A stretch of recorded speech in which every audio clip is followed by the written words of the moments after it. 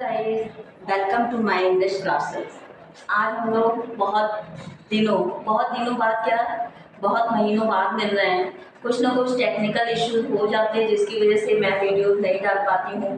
खैर, अब देर तो हो ही चुकी है, लेकिन आज बिना देर किए मैं आपके लिए लेकर आई हूँ 10th क्लास का चैप्टर द नेकलेस। कौन सा चैप्टर है? द नेकलेस, जिसके राइटर है गाय डी मॉसन। राइट। तो द नेकलेस, नेकलेस आप जानते हैं, बताने की जरूरत नहीं। जो हम गले में चेन पहनते हैं उसको हम क्या कहते हैं, या कह लीजिए हार पहनते हैं उसको क्या कहते हैं? नेकलेस कहते हैं। राइट। तो अब इस चैप्टर में कैरेक्टर कौन कौन से हैं उसकी बात जान लेते हैं। Character, first one character is Matilda Loisel. Right. Matilda Loisel एक बहुत ही सुंदर लड़की है। मैं लिखना भूल गई हूँ, लिख दे रही हूँ। मैटिल्डा लॉयजर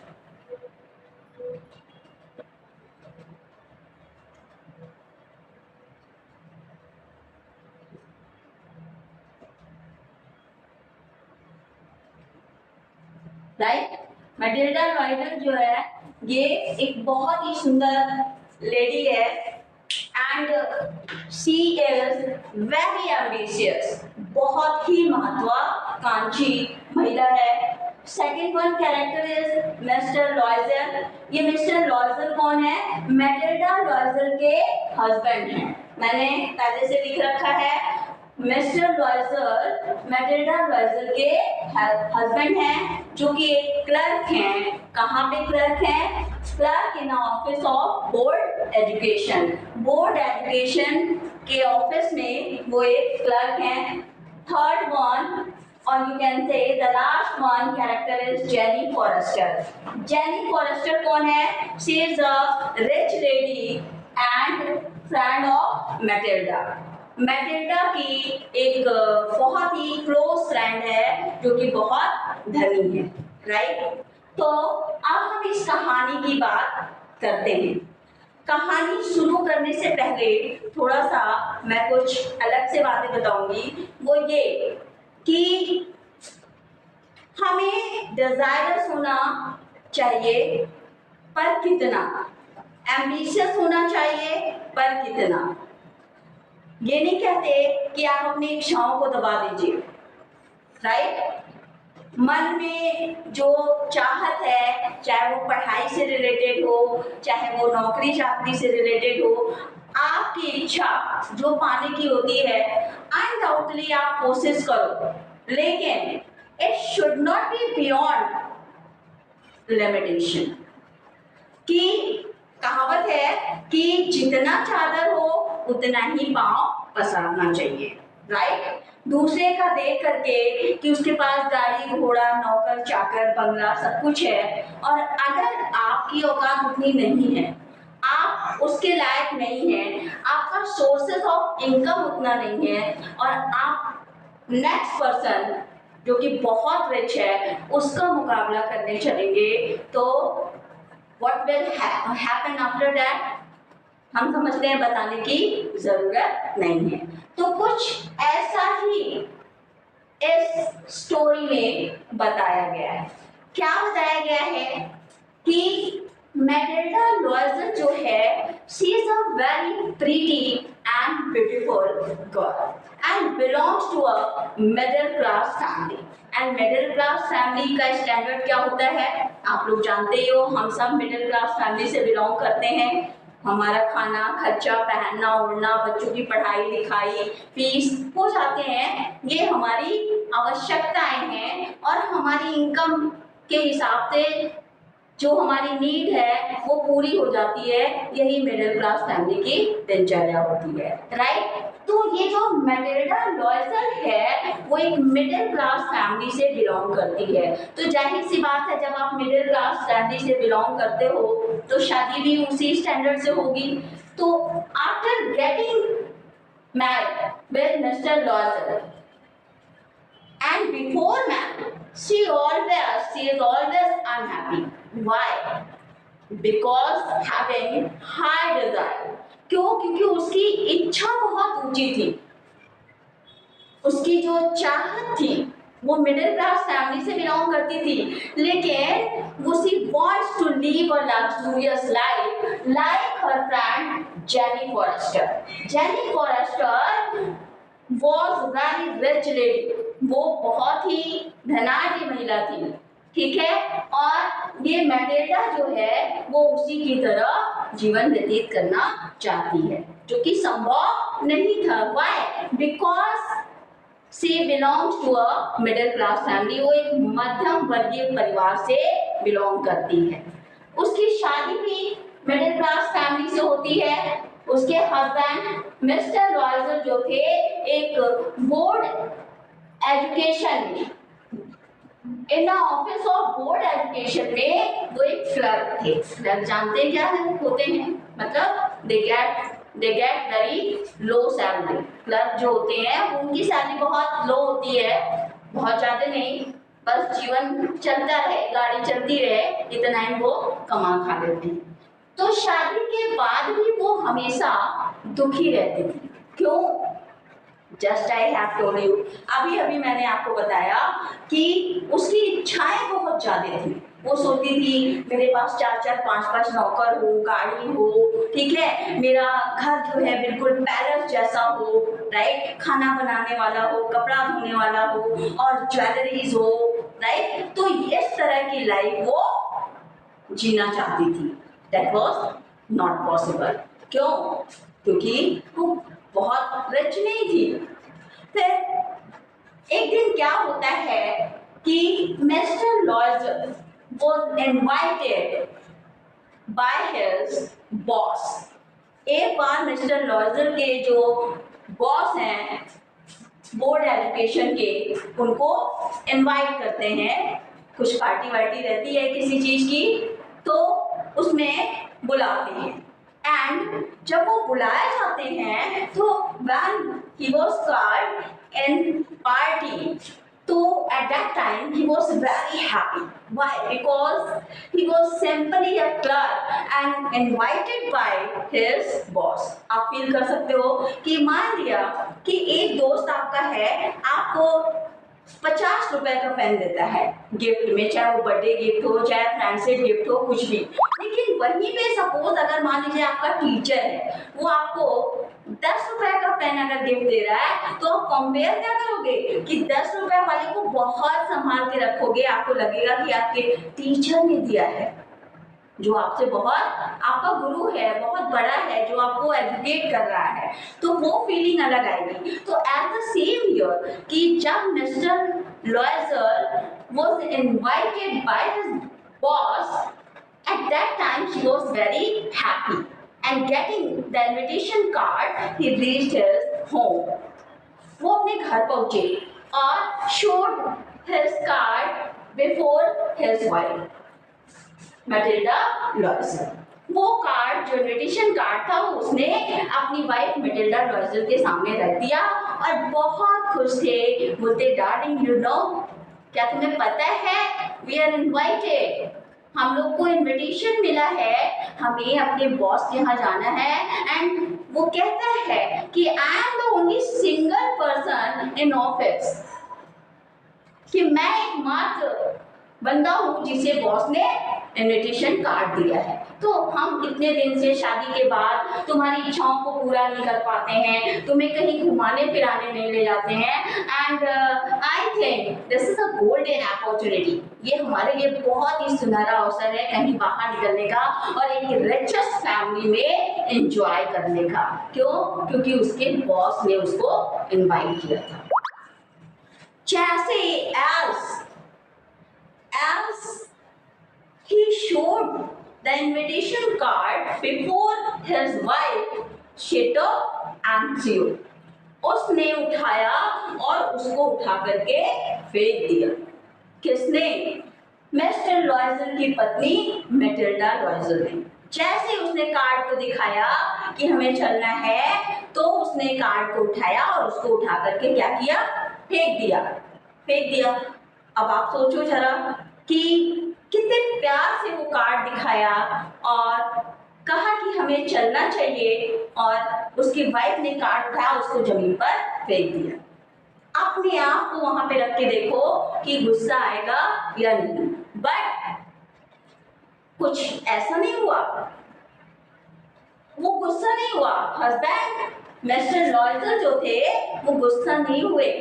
उन्होंने पूछा, my dear darling, what happened with you? क्या हो गया? Why did you throw this card on the ground, on the floor? क्यों तुमने फेंका? तो कहती है कि मुझे नहीं जाना, I don't want to go there, I don't want to attend the party. मुझे पार्टी नहीं अटेंड करनी है, मैं वहां नहीं जाना, मुझे नहीं जाना। तो बोलता है, but why, what is the reason behind this? Why you don't want to go there? तुम क्यों नहीं जाना चाहती हो? तो उसने कहा, because I have no new dress, I have no new dress, how can I go there? तब थोड़ा सा मिस्टर लॉयजर दुखी हो जाते हैं। क्यों? क्योंकि उनकी इनकम इतनी ज़्यादा नहीं थी कि हर रोज अपनी वाइफ के लिए सुंदर सुंदर कपड़े ले आकर के दे। तब उन्होंने डिसाइड किया कि नहीं, कुछ तो करना चाहिए। एक बार क्या हुआ, मतलब एक बार नहीं कह सकते हैं, मतलब he collected 400 rupees to purchase a rifle. You know what is rifle? Rifle जो गन होता है, जो पुलिस टांगते हैं, हंटिंग करने के लिए लोग यूज करते हैं, पुलिस वाले भी यूज करते हैं, राइट? तो उन्होंने राइफल खरीदने के लिए 400 रुपए जुटाए थे। उनको हंटिंग पे जाना था मिस्टर लॉयजर को, तो उनके पास राइफल नहीं था, तो उन्होंने 400 रुपए जुटाए थे कि हम इससे राइफल खरीदेंगे। तो उन्होंने सोचा अब राइफल का खरीदना कैंसिल होता है, फर्स्ट टाइम तो है अपनी वाइफ को खुश करने का। उन्होंने 400 रुपए जो जुटाया था, उसने क्या किया कि he handed over to her, उसको दे दिया कि go and purchase new cloth, कि जाओ और नए कपड़े ले आओ। And she took that money, उसने लिया and went to the market. She purchased a beautiful gown. उसने एक सुंदर सा गाउन खरीदा, राइट? गाउन खरीदा। अब मिस्टर लॉयजर बोलते हैं कि ठीक है, अब हम लोग पार्टी में चलते हैं, बहुत ही प्यारा गाउन है, तुम्हारे ऊपर बहुत सूट करेगा। बट अभी भी still she was not ready to go there. अभी भी वो जाने के लिए तैयार नहीं हुई। She denied to go there. उसने इनकार कर दिया कि उसे नहीं जाना है। उसने कहा कि मैं नहीं जाना चाहती, मैं नहीं जा सकती, I cannot go there, मैं नहीं जा सकती हूँ वहाँ पे। तो उसने पूछा, why? अब तो तुमने ड्रेसेस भी खरीद लिए हैं, and what a beautiful gown you have purchased. कितना सुंदर तुमने गाउन परचेस किया है, क्यों नहीं जा सकती हो? तो बोली नहीं जाना तो नहीं जाना। But mister Loisel forced her, उसको दबाव बनाया कि why, what is the reason behind not going there? वहां पे न जाने का कारण क्या है, मुझे बताओ। तब उसने कहा कि now I have no jewellery, मेरे पास गहने नहीं है, मैं कैसे जा सकती हूँ? तो मिस्टर लॉयजर ने उसको बड़े प्यार से कहा, darling you are so pretty, I think there is no need to wear the jewelleries. Jewellery को पहनने की जरूरत नहीं है, तुम तो खुद ही इतनी सुंदर हो। तो सभी जानते हैं, जब पैसे आम मिडिल क्लास फैमिली में, आप लोग के परिवार में भी आप देखते होंगे, भैया हो, भाभी हो, मम्मी हो, पापा हो, है ना, तो कपड़े को लेकर के, ज्वेलरीज को लेके एक्सेट्रा एक्ट्रा के लिए थोड़ी बहुत कहा सुनी तो बच्चे देखते ही होंगे। तो एट द सेम ईयर वो इनकार करती कि नहीं, मुझे नहीं जाना तो नहीं जाना। अब क्या? तब मिस्टर लॉयजर ने कहा कि ऐसा करते हैं, फूलों का गार्डन में जाओ, देखो ना पहले फेरीज क्या होती थी, अप्सराएं फूलों के हार पहनती थी, फूलों के टीका होते थे, फूलों के कुंडल होते थे। ऐसा करो कि जो फ्लावर्स है ना, उसकी ज्वेलरी पहन लो। फिर भी वो तैयार नहीं होती है। एट लास्ट अंत में क्या हुआ कि मिस्टर लॉयजर ने उससे कहा कि तुमने, you have so many rich friends, कि तुम्हारी तो बहुत सारी धनाढ़ दोस्तें हैं, तुम क्यों नहीं मान लेती हो उनसे कहने? तब कहती हाँ ये बात तो सही है। फिर he reminded her about Jeanne Forestier. उन्होंने जेनी फॉरेस्टर के बारे में कि जेनी फॉरेस्टर तुम्हारी कितनी रिच एंड क्लोज फ्रेंड है, तो मुझसे जाकर के क्यों नहीं ज्वेलरीज ले लेती हो। तब वो कहती है व्हाट्स अ गुड आइडिया, कि बहुत आइडिया अच्छा है। And she went to meet her, और वो वहाँ मिलने गई, उससे बातचीत करती है और फिर सब कुछ बताती कि मुझे हस्बैंड के ऑफिस से इनविटेशन आया है और मेरे पास ज्वेलरीज नहीं है तो मुझे चाहिए। जेनी फॉरेस्टर ने कहा ये कौन सी बात है, जाओ। एक दो ले आई तो उसको पसंद नहीं आया, तो उन्होंने कहा जाओ कबर्ड में रखा है, जो भी ज्वेलरी तुम्हें पसंद हो जाकर के ले। There was a diamond necklace. उस कबर्ड में एक डायमंड का नेकलेस था, ठीक है। तो वही जो है that was chosen by Matilda Loisel. Matilda Loisel ने उसी डायमंड के नेकलेस को पसंद किया और अपनी दोस्त को दिखाया कि मैं ये ले जाती हूँ, राइट। अब वो लेकर के जाती है, जाने के बाद पहनती है, पहन के शीशे में खूब अपने आप को, ये तो लेडीज नेचर होता है, पहन लिया और घंटे भर शीशे में देखा। एंड वो शी वेंट इन द बाल कहते हैं पार्टी को, वो पार्टी में जाती है। And she was a very beautiful lady, pretty, वो बहुत ही सुंदर महिला थी। जब वहाँ जाती है तो she attracts all the man, वो सब ही जितने भी मैन होते हैं उनको अट्रैक्ट करती है, किसी की नजरें बच नहीं पाती बिना उसको देखे। एंड जब कोई उसको देखता है और तारीफ करता है तो वो और भी फूले नहीं समाती और भी खुश हो जाती है, राइट। फिर पार्टी खत्म होती है, निकलते हैं, एक बग्गी करते हैं, कैब, ठीक है, और उससे होकर के घर वापस आती है। जब घर वापस आती है, घर वापस आई और जब चेंज करती है तो चेंज करते समय भी शीशे में अपने को ऐसे ऐसे देख रही थी। फिर अचानक से जब उसकी नजर उसके गले पे पड़ती है तो नेकलेस क्या था, गायब था। अब वो शिकायत चिल्लाती है, मिस्टर लॉयजर दौड़ के आते हैं, बोलते हैं व्हाट हैपेंड, क्या हो गया। तो बोलती है कि नेकलेस नहीं है, नेकलेस तो खो गया। अब जल्दी जल्दी पूरा देखती है, वहीं की जमीन पे तो नहीं गिरा, बिस्तर को देखती है, सीढ़ियों पे, मतलब सब कुछ देखती है, everywhere, corner, in every corner, ठीक है, सारे कॉर्नर सब जगह देखती है। इवन वो सोचती है कि ऐसा तो नहीं जिस कैब से हम लोग आए हैं उसमें गिरा हो, उसमें जाती है, ढूंढती है, मतलब हर जगह, लेकिन she did not find the necklace, उसको नेकलेस नहीं मिला, राइट। अब क्या होगा आप खुद सोच सकते हो, अपने आप को रख के देखो कि उधार में लिया, अपने शौक को पूरा करने के लिए, बड़े आदमी बनने के लिए, अब क्या होगा।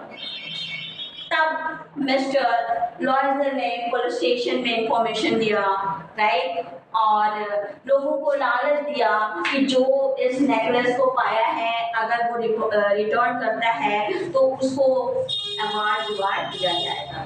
फिर भी कहीं नेकलेस का पता नहीं चलता है। फिर बाद में उन्होंने डिसाइड किया कि इसी तरह का सेम नेकलेस हम लोग दूसरा खरीद करके उनको प्रेजेंट कर देंगे, दे देंगे और उनको पता भी नहीं चलेगा। फिर एक सुनार के दुकान पे जाते हैं और सारे नेकलेस निकलवाते हैं। संजोग से एक नेकलेस बिल्कुल सेम वैसे ही मिल जाता है जैसा कि उसने जेनी फॉरेस्टर से लिया था। उनका पूरा नाम है मैडमी जेनी फॉरेस्टर। जेनी फॉरेस्टर से जैसा नेकलेस लिया था। आप कॉस्ट पता करते हैं तो उस नेकलेस का कॉस्ट था 36,000 francs. 36,000 francs, francs the currency, हर देश की करेंसी अलग है। अब इतना बड़ा अमाउंट एक तो मिडिल क्लास के कहाँ से ले आते। फिर किसी तरह से दे इनहेरिटेड 18,000 फ्रॉम फादर। उनके पास अपने पिता की दी हुई विरासत में जुटा करके जो पैसे रखे थे उनके पास 18,000 था। अब बाकी का 1836 का था, उनके पास था कितना, 18,000। बाकी का 18,000 कहाँ से लाएंगे।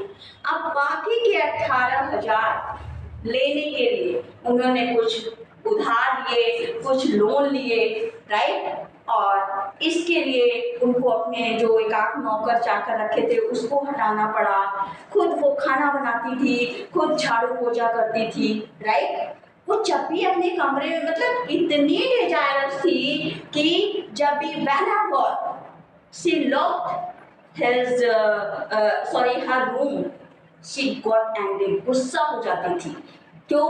क्योंकि उसके जो चेयर होते थे, टेबल, वो सब टूटे फूटे, पर्दे जो होते थे फटे चिटे होते थे, दीवारें जो थी क्रैक थी, इन सबको देख करके वो गुस्सा होती थी और हमेशा सोचती थी कि काश मैं भी रिच होती और मेरी दोस्त की तरफ पर्दे होते कलरफुल और चेयर सोफा सब कुछ होता। ये डिजायर था उसका।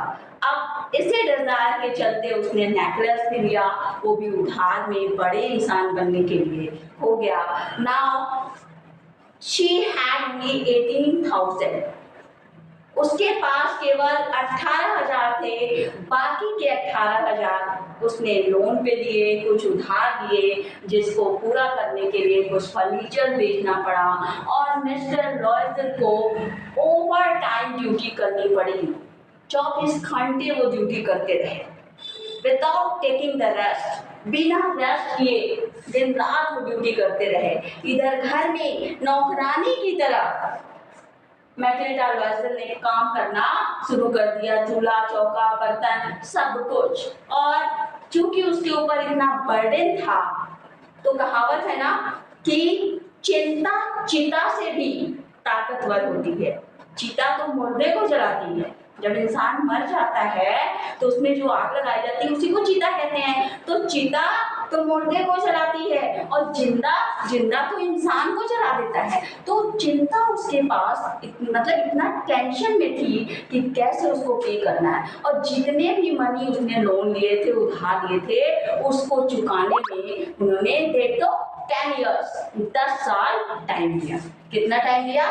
10 साल में पूरा कर्जा उन्होंने चुकाया। एक दिन क्या हुआ कि मिसेस मैटिल्डा लॉयजर जा रही थी और जेनी फॉरेस्टर अपने बेबी के साथ रास्ते में जा रही थी, ठीक है। They met each other together with, वो दोनों एक साथ मिलते हैं and Jeanne Forestier did not recognise her, उसको पहचान नहीं सकी, उसको पहचान नहीं पाई। क्यों? क्योंकि जितनी एज थी उसकी उससे वो दुगनी एज 4 साल, दुगनी नहीं 4 साल बड़ी लग रही थी। कौन? मैटिल्डा लॉयजर। क्यों? क्योंकि टेंशन में सब कुछ बिक गया था, उसके पास कुछ भी नहीं था। 10 साल की जिंदगी उसने कैसे गुजारी ये तो वही जानती। जब वो रास्ते में मिलती है जेनी फॉरेस्टर से, तो मैटिल्डा ने डिसाइड किया कि क्यों ना नेकलेस का सच उसको बता दिया जाए। क्यों? क्योंकि 36,000 रुपए जुटा करके उसने नेकलेस खरीदा था सुनार से, सेम वैसे ही, और जेनी फॉरेस्टर को लौटाया था, राइट। कुछ साल बाद जब वो मतलब 10 साल बाद कर्जा वर्जा चुकाने के बाद जब रास्ते में मिलती है इससे, तो जेनी फॉरेस्टर उसको पहचान नहीं पाती, लेकिन ये पहचान जाती है तो सोचती है अब तो सब कुछ हो गया, क्यों ना हम नेकलेस वाली बात जेनी फॉरेस्टर से शेयर कर ले। और उसने सारी बात नेकलेस की जेनी फॉरेस्टर से बता दिया। जब वो पूछती है कि तुम इतनी सुंदर थी, तुम्हारी सुंदरता कहाँ गई, तुम्हारा अट्रैक्शन कहाँ गया, तुम तो उम्र से 4 साल बड़ी लग रही हो, तब ये बातें सुनकर के वो नेकलेस वाली सारी बात उसने बता दी। जब उसने सारी बात नेकलेस की बताई तो जेनी फॉरेस्टर ने सारी स्टोरी सुनने के बाद कहा, ऐसा हुआ, तुमने पहले क्यों नहीं बताया? वो नेकलेस तो नकली था। जिस नेकलेस के लिए तुमने अपनी लाइफ पूरी जो है मजदूरी और मेहनत किया, वो नेकलेस एक्चुअल में क्या था? नकली था, रियल नहीं था। और उसका जो कॉस्ट था, उसका जो मनी कॉस्ट था, वो था केवल 500, यानी वो केवल 500 रुपए का नेकलेस था। और इस तरह से ये कहानी यहीं पे खत्म हो जाती है। चूंकि एडॉप्टेड है तो आगे का स्टोरी पता नहीं है कि क्या उसने जो रियल हार था उसको लौटाया, कि 500 का हार था तुमने मुझे 36,000 का खरीद के दिया, लौटाया या नहीं लौटाया। इसके बाद यहीं पे कहानी ये खत्म हो जाती है। तो बोर्ड एग्जाम पर्पज से ये कहानी बहुत ही मतलब ये जो चैप्टर है बहुत इम्पोर्टेंट है। इससे क्वेश्चन पूछा जा सकता है कि इस कहानी से आपको क्या मॉरल मिला, आप क्या सीखते हो। सबसे बड़ी चीज तो contentment is the source of happiness. संतोषम परम सुखम, संतोष ही सबसे बड़ा धन है। हमें कभी किसी का देखा देखी नहीं करना चाहिए। We should be satisfied what we have. अगर उनके मन में ये रहता कि we belong to a middle class family, हम मिडिल क्लास फैमिली से बिलोंग करते हैं, तो हमारी जितनी चादर है उतने में ही हम काम चलाए, बल्कि और बढ़ाने की कोशिश करें, ना कि एक रिच फैमिली को देख करके उसकी बराबरी करनी। और उन्होंने बराबरी करने की कोशिश की और रिजल्ट क्या हुआ आपने स्टोरी में सुन लिया। तो now this story is finished.